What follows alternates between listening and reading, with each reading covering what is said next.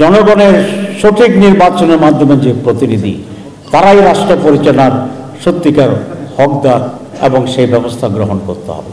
অনির্বাচিত সরকার কখনোই নিরাপদ সরকার নয়। এই জন্য নানা অজুহাতে নির্বাচনকে বিলম্ব করার প্রচেষ্টা একটি দেশবিরোধী এবং 5 আগস্টের চেতনা বিরোধী একটা তৎপরতা হিসাবে এই জাতি গ্রহণ করবে। তবে নির্বাচনকে সুষ্ঠু করার জন্য, গুণগত পরিবর্তন আনার জন্য কতিপয় সংস্কারের প্রয়োজন।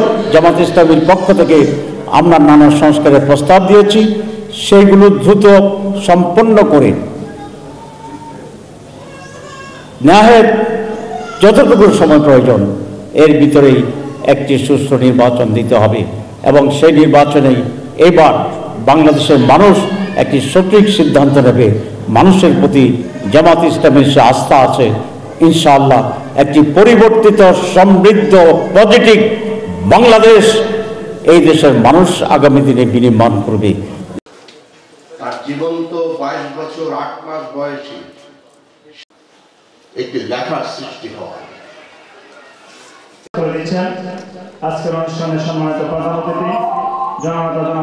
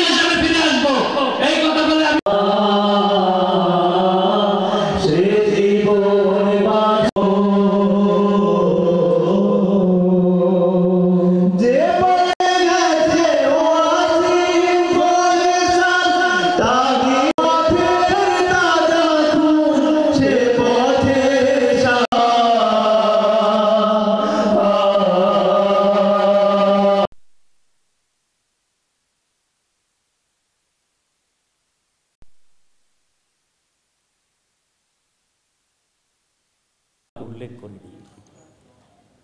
আজকে আমি ব্যতীত তারা কোনো জাতি গোষ্ঠীর একক সম্পদ।